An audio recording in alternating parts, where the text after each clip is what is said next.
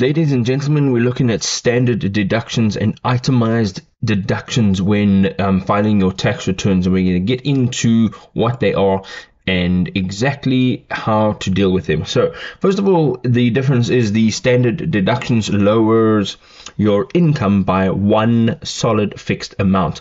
On the other hand, your itemized deductions are made up of a list of eligible expenses.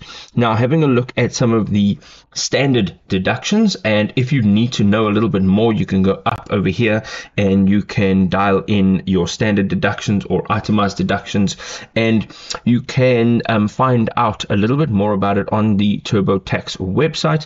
And having a look at some standard deductions could be single or married filing separately, if you're the head of a household, or if you're married filing jointly, or if you're surviving a spouse.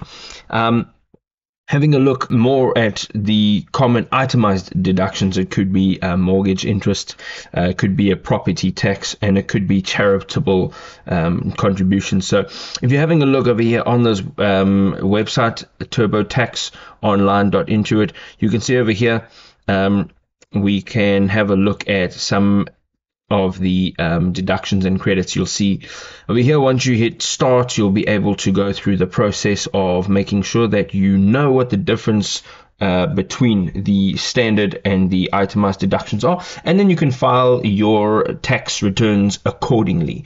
If this was helpful, drop us a like. We'll see you next time. Cheers.